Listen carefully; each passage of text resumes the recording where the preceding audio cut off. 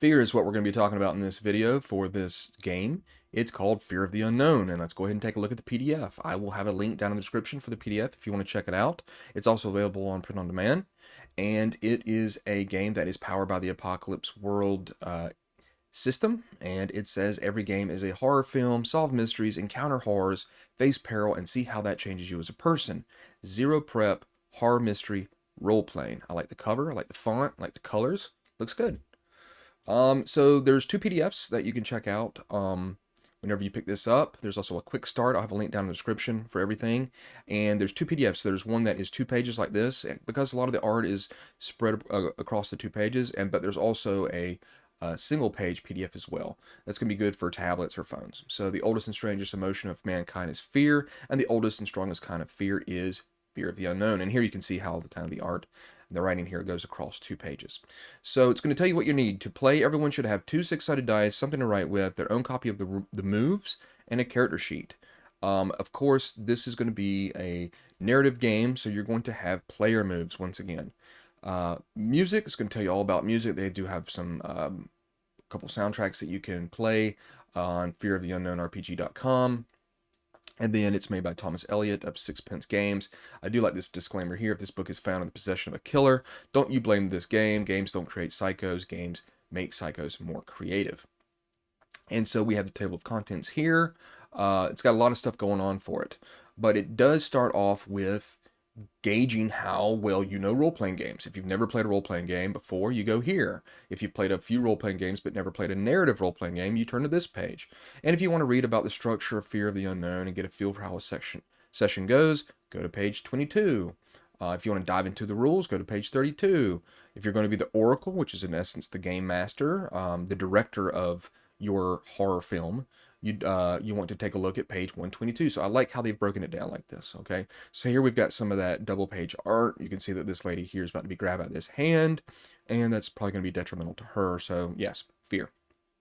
So RPGs, if you're new to them, safety tools, whether or not you use them or not, there's some avenues for you to learn more about them. I don't use those. I know who I'm playing with, and we're all pretty much on the same level of what we like and don't like. So if you're new to narrative RPGs, and so this is going to tell you that in essence, the players are the actors while the GM is the writer and director, kind of like a movie.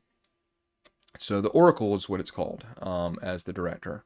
And everyone is in the writing room together. They're going to work out as a group pretty much the story. No one person is 100% in control. This may not be something that you're into if you like to be a game master, DM, and be able to have everything known to you and let the players figure it out. So this may not be for everybody. So it's going to tell you about the rule of the Oracle, and you can see some of the art here. It's got a various different styles of art, but it all seems to work. So what is the primary things the Oracle does? Comes up with the premise and the inciting incident for the mystery. Call for when specific moves come into play. Choose one or more options when a player rolls a 6 or less on a face peril or investigate move. Ask the players what they want to do or want to find out whenever forward progress stalls. So that sentence there, ask the players what they want to do. That is very much what a DM, GM, and an Oracle in this game does. So the game is a game of intimate horror. You'll work, of course, you're going to work together to create small town setting and then create characters together.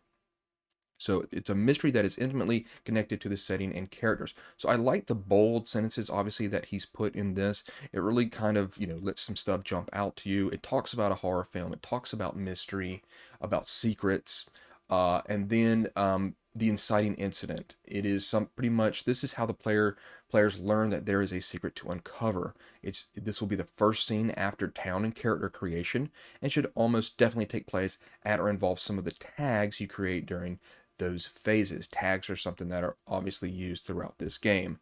So I am going to grab a D6 because we're going to need it. Because we might create some stuff as we're going here. So it's a 3-act structure. The first act is create the character and the setting introduction, and then you're going to do the second act, which is going to be investigation and change, and then you're going to have the third act, which is the climax and epilogue. So this is all in essence the structure of how your story is going to unfold. So I like this example stories: a Midwest farming town, a dying town in Maine in the 1980s, Salem, Massachusetts, and there's some really good stuff here. Like a farmer desecrates a sacred statue dedicated to the worship of local birds. The birds are enraged and attack the townsfolk until the protagonists take the statue out of the town, running over some hippies in the process. Or a tree is cursed such that anyone whose name is carved into it is attacked by animals. Townsfolk cast suspicion on one another. When the protagonist is convicted of witchcraft, another becomes one with the tree. So there's some really cool things here just to get your creative juices flowing. And I gotta let this one here, this coastal fishing village, has got a pretty long one. And of course, this does talk about how this was developed during COVID, playing this game online. And then you've got the rules. So this is going to break it down. So it's built upon 3 core concepts: tags, moves, and experience. Tags are short descriptive phrases that define aspects of the setting and the character. So if we were doing me as a tag, it might be amateur role-playing game YouTuber.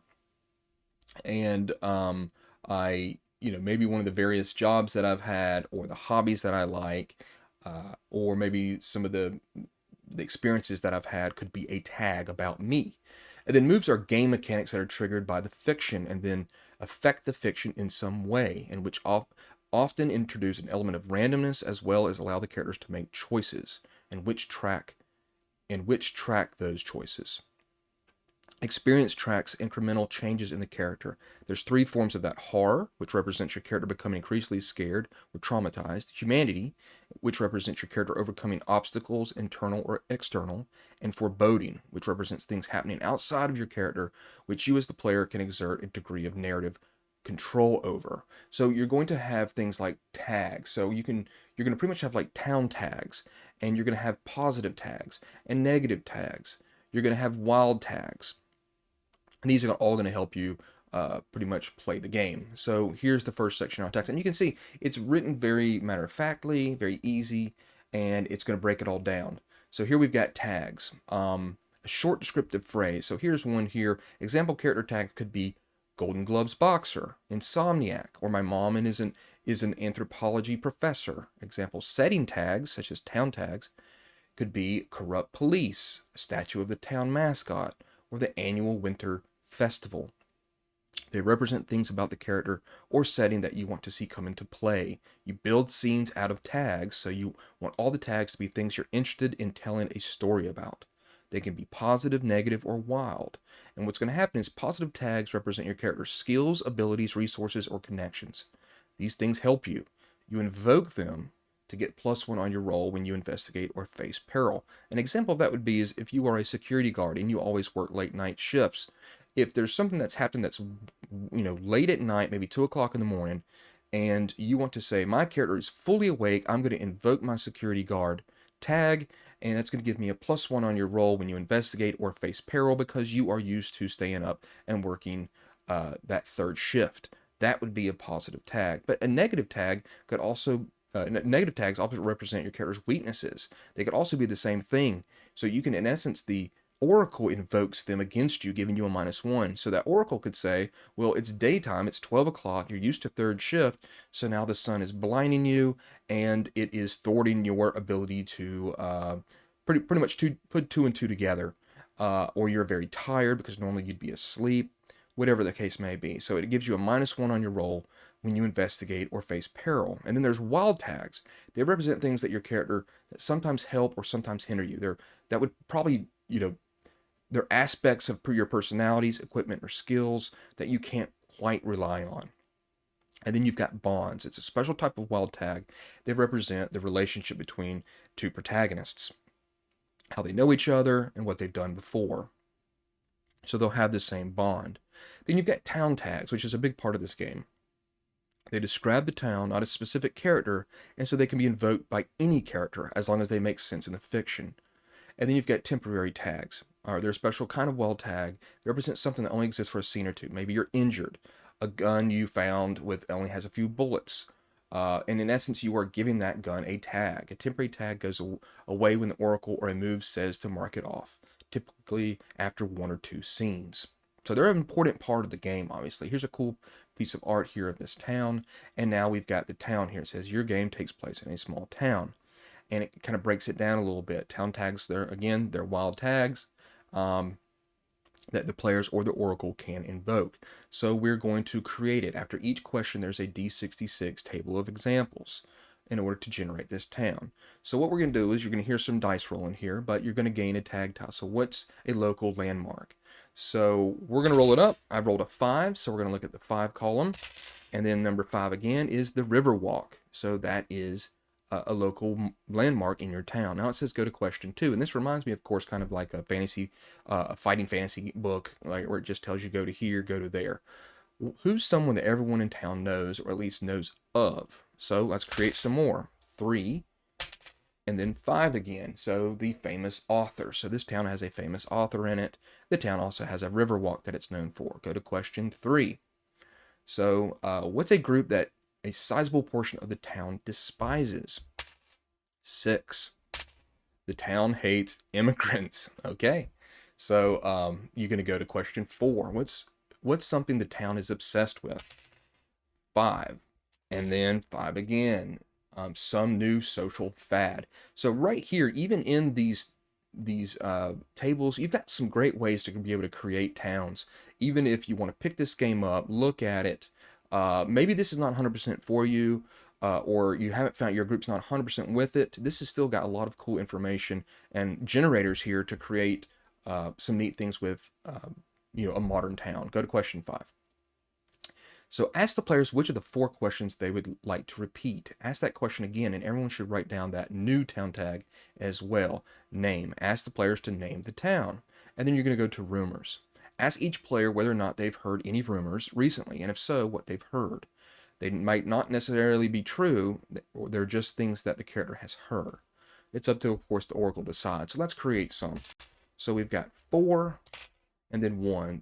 The diner sells human meat. That's not great. Let's look at another one. 5 and 4. So a new game is all the rage. You're ready to make your character. So you've already kind of made a town that's got some personality to it. So again, it's a cool piece of art here. And then your character and your bonds. So here are some good examples of the kind of bonds you could form with your fellow protagonists. Let's create them. 4 and 4. Best friends. Pretty easy. 6 and 1, subject to the same bigotry, maybe with the immigrants. Go to question 1. So I like this. There's a flow chart, and this is going to be pretty much where you'll ask a question, and then like the number 2 there that is outlined, it's not a solid number. It's going to give you a couple of choices to make, and so you have trained your what have you trained for the most in your life? 6 and 2, a pilot. Okay, the character wants to be a pilot. You can see there's a lot of cool choices there. Let's look at some other ones. 2 and 6. A warden. Okay, you've trained to be a warden. A 3 and 3. Maybe a chef. That's a cool one. So go to question 2. Which do you value most? And I like this because maybe it's putting you as a player to decide, is it going to be wealth, knowledge, power? Let's do knowledge. So we're going to go to question 4. What's something you want to know more about? 1 and 6. Speed reading. Or maybe 3 and 6. Knives. Yeah, you definitely want to learn more about knives. It's probably going to help you in this game. So go to question 7. And you can see how that works. Someone learned something about you that you'd rather they didn't. What was it? 3 and 1. I don't like them, but they love me. Interesting. 1 and 3. I can't keep a secret. A lot of people can't. And then you're going to go to question 9. So you can see how you're going to be jumping around here. So which describes you better? I'm a risk taker. I prefer to play things safe. Let's put I'm a risk taker. So what went wrong in your life because you took a risk? And this is going to gain you a negative tag. 3, it could be like a permanent limp or a serious debt or someone has a grudge. 3 and 2, I can't handle loss. Or 2 and 6, my hands shake. So we're going to go to question 11. What's something you're good at that folks might not guess? 3 and 5. I used to be a priest. Interesting. Go to question 12. Has anything else gone seriously wrong in your life? Let's say no. So we're going to go to question 14. What's a connection you particularly value? 4 and 3. My beloved child. Question 15. So that's going to give you a positive tag with that one. So let's go to question 15. What's your favorite thing about yourself? This is going to give you a positive tag. 6 and 6. People instinctively like me. That's pretty helpful. Go to 16. What's something you like about yourself that some people consider a character flaw? 1 and 6. I'm lazy. This is a wild tag. And then it says you're ready to start playing. And so now you're going to talk about the basic moves of the game. So you're going to have options. So if you see a circle like that one, or you'll have a dot. It says the ones that have a dot, you can pick whenever you have to choose from that list. They never get marked off. The ones that have a circle will say mark this off. And that means that you can either put a check in it or a dot or whatever, an X. You can't select that option again until you recover it. And there'll be things that show you how you can recover it. So there is a hard mode you can play with. It says normally each protagonist use their own copy of the moves so that one person marking things off doesn't affect what others have access to. To make the game more difficult and more dangerous, have the protagonists share a single copy of one or more of the moves among themselves so that they have to share those options. So you can assist someone. You invoke one of your positive or wild tags, your mutual bond of or a town tag to give them a +1 on their roll. If you assist someone on an investigation, then if they hit and they get a 7+, you also get a clue. You can ask follow-up questions. So here we go with the basic moves. There's 3 basic moves: investigate, face peril, and encounter true horror. So obviously investigate is to find clues and figure things out. Face peril is when you try to survive danger. Anytime you're up against a bad guy, a monster, whatever's trying to eat your face, you're going to face peril. And then encounter true horror is whenever you're in a truly terrifying situation. You see a dead body for the first time, being chased by a killer, learning something man was not meant to know. And it's a little bit different than the other roles too. So you've got investigating. This is kind of how the moves go. And again, you'll very much notice this if you watched my Cult Divinity Lost. It's very much kind of like that. You're going to roll 2d6. You're going to roll plus your tags. Rolling higher is better to investigate. So I'm going to make just a thing here. I'm going to say 5 and 3 is 8. Let's say I had +1 to my roll. So I've rolled a 7 through 9. In addition to the clue you get for hitting, you may choose one. So I can either find an additional clue relevant to the question that you asked, or you can find something useful during your investigation. That's a temporary tag. Maybe the killer's weapon, keys to something, maybe the cultist's book, and you're going to mark this one off. I cannot get this again until it recovers. Well, how does it recover? And that's with the next choice. While you're investigating, something significant happens elsewhere. Recover the other 2 options, meaning these 2 here from 7 and 9. So that's how you're going to do it. So it says on a 7+, you find a clue relevant to the question you were asking. And then, so if you get 10+, in addition to the clue you get for hitting, you may choose one. It's going to be something even more useful, an additional clue again. And if you get 6 or less, you gain foreboding, and the Oracle chooses one or more of the following options. Your negative tags that were invoked come into play in a major way. You can still discover something, but something else goes wrong. You gain a temporary tag. Work with the Oracle to determine what it is. You find a clue that's unrelated to what you were looking for. Could be a red herring. You learn a horrible secret that tests your mettle and have to encounter true horror. Then you've got face peril. Again, rolling higher is better. You're going to roll plus your tags. And then you got 10+. Your experience and your success added affects you for the better. You gain a positive tag, such as a sense of calm or a sharp eye. I know what hurts them, and you're going to mark that off. 7 to 9 is going to be maybe you suffer a minor injury. You lose a temporary tag you invoked in this scene, or gain a temporary tag like I smacked my hand, or I feel dizzy, or I lost my glasses, and you mark that off. And again, there's ways that you can recover these. And it says, so like there's one to check off that says you die. Work with the Oracle to describe how you die. You gain foreboding if you roll 6 or less, and the Oracle chooses one or more of the following options. Your negative tags that were invoked come into play in a major way. Of course, once again, you die, which is not good. Or you mark off one or more 7 to 9 options, giving you less options, obviously, in the future. So then we've got encounter true horror, and this is going to be interesting, in which rolling higher is worse, because you're going to roll plus the horror that you receive in the game. You encounter true horror whenever you see a scene of violence beyond anything you've encountered before, when you see something beyond your understanding, and when you learn something that man was not meant to know. So at 13 plus, choose one of the following. You lose yourself in the horror. Perhaps you find something compelling in it and switch allegiances, or perhaps you retreat into your mind, never leave the fetal position again, or perhaps you retreat into your room to write a mysterious tome for the rest of your life. Mark this off. So obviously, the more horror you have with your role, the worse off it's going to be for you. And maybe it would 10 to 12, you take a foolish or selfish action, potentially endangering yourself and or the people around you. Perhaps you rush at a monster you have no hope in defeating, or perhaps you read the spell you just discovered aloud from the creepy old book that you just found before anyone can find you.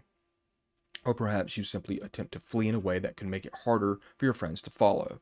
Of course, if you roll lower, you might notice something, gain a clue, you spot an opportunity, um, and if you get 6 or less, you gain some foreboding, but other than that, you're okay. So obviously, you're going to want to roll low on that.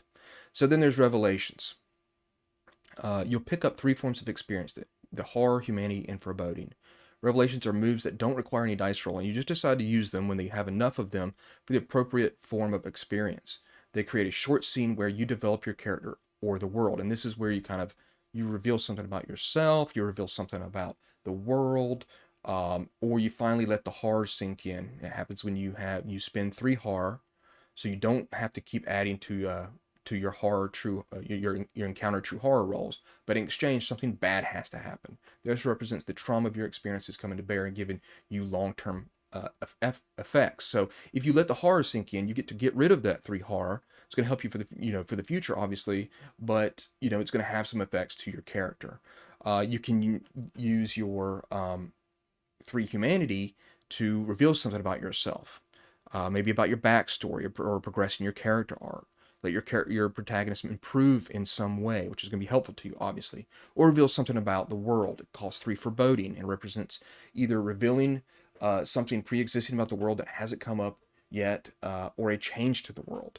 The final revelation is the epilogue. This calls to mind the most emotional, significant moment in the story to help you with the peak end effect, which will be discussed a little bit later. So here's some of the things here. Again, you can have these printed off whenever you use these. So letting the horror sink in.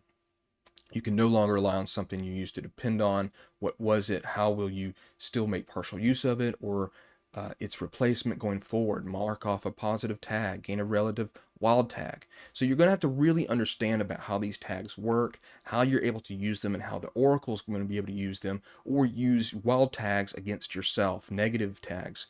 And this simply is something that's, it's so much different than the games that I play. Um, it is very popular and people use this system. And I completely understand if this is not something that, because it is so different, wouldn't jive with you or your group. But I do believe that this book has got some great low-level apocalypse world system to get you into narrative role-playing, should that be something you want to check out. So the same for revealing something about the world, revealing something about yourself, and then the epilogue. At the end of the story, which should typically be at the end of the session, have a series of short scenes showing how the characters and setting change after the events of the story. Very much reminds me kind of the end of like Stranger Things, which is a great example for this type of game. At the end, once they have done what they need to do, there's some things that kind of need to be figured out at the end. Ask all the players this together. Is there a particular person, location, organization, or something else that you encountered tonight that you're certain will be more influential in the town going forward? Then each person could pick one of the following. Describe the most emotionally significant moment in the game for your protagonist. That very much reminds me of that newest season of Stranger Things, or make any other known revelations. So here's a section here on when to make moves.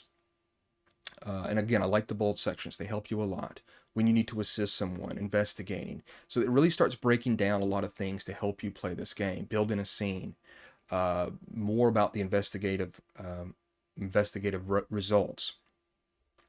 And so a lot of stuff, I would say this is kind of like the Oracle section here. And then you've got, face peril, again, looking at the specific options and breaking those down for you. And then, of course, encountering true horror. So then we've got the Revelation section. Once again, it's breaking it all down again. Here's some different type of art here. Obviously, it reminds me a lot of Scooby-Doo, something you can obviously play. I think it's cool. It's got that shadow there with the tentacles and the whatnot and the hey, hey, hey. More about the Oracle secrets. Again, that's one thing I'll say with Cult Divinity Lost and this, there's a lot of good back information for the Oracle, whoever you're running the game, to help them figure out how to create one of these type of horror situations. Tie the mystery to the protagonist and the town tags if you need to build and make a mystery. So what are they doing? Roll a single die to get inspiration from what they're doing. So what's happening? 4, kidnappings. Okay, that's not good. Don't want to be kidnapped. What's their motive? So some great generators here. 3, power. Alternatively, roll on this table. It could be maybe 3, delusion. Maybe they're just crazy. Inciting incident. Let's take, look, 5, rumors start going around. That start to happen. So tie all that into the town and characters and ready to start playing. Why won't the police help? Which is an interesting thing too. They're being bribed or threatened. And then running the game, the core gameplay loop. Whenever the players have questions they want answers to, they should use the investigate move to set up a new scene. If the players are ever unsure what to do, ask them what they want to know. And at times you need to react to what the players do and call for the appropriate move. So I feel like the Oracle is going to have a strong sense about how this works, how the tags work, how the moves work, so on and so forth. Section here on clues, confrontations, obviously facing peril is going to play a big part in that. The setup and the payoff, the peak and the end with the epilogue. Classic storytelling structure from A to B. It says, in the fear of the unknown, you have a maximum of 3 positive tags that can be used to investigate no matter how many people help. Obviously, you don't want to have a whole bunch of stuff going on. There's got to be some sort of limit to it. Love and hate, I like this. There are 2 emotions you want to invoke in your players when it comes to NPCs. Not counting fear, they should either love them or hate them. So again, helping you create those NPCs. And then it talks about hacking this game, such as new questions for characters, what are you irrationally afraid of, creating new settings, alternative settings like the old campground. So you could have a campground setting creation. This camp is right next to a prominent natural landmark and might even be named for it. What is it? Gain a camp tag like the forest or the lake or the mountain or the cliff or the cave. And then you've got a camper creation, character creation section. That's pretty cool. The cabin in the woods situation, great flick. And then killer connections here. Slash is the first theme book, a set of tools to help you play any kind of specific kind of story. In this case, it's sequels about an iconic antagonists. So sequel questions like that, building up stuff. Part 1, part 2, it keeps on going on. And then more on setting creation. You've got GM tools, character creation. What is the creation's goal? What is the creator's goal? So a lot of great generators here. More questions about the setting. What is the place you're exploring? Who doesn't want you to be there? Why are you here? Where was the urban legend first reported? Who or what is living there? And then noir. It breaks down the film noir genre about investigative, maybe detective type work. And then you've got some custom moves. Show a scene happening somewhere else. Playing a pulpy action game. So these are cool to help you break away from the mold of kind of the basic moves to create and work with those within different settings. So solve a lighthearted mystery, admit you're scared, resolve a contest, see some great role playing, fall asleep, having a nightmare. So things to help you with your game, making a new game, permanent and semi-permanent move choices, and then if you want to publish content for fear of the unknown. And then here's a great thing here, examples. So more example towns, as you can see. Example characters. This is going to help you get started if you want to just pull these characters, if you can use them in your story. Example of a town creation. Again, these are very helpful. I'm glad they're in the back of the book. And then it's got this whole big section here, creating the town. And it breaks down these players and the person running the game, the Oracle, as they... it gives an example of all these things, such as example character creation. These are very helpful. And it's a pretty long section here in the back, and then an example of play. So obviously you're going to want to read this fairly well.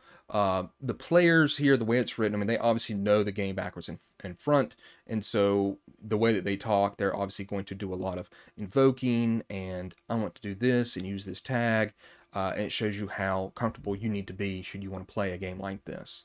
But it's, again, a very helpful section. It's quite large, as you can see, breaking this down.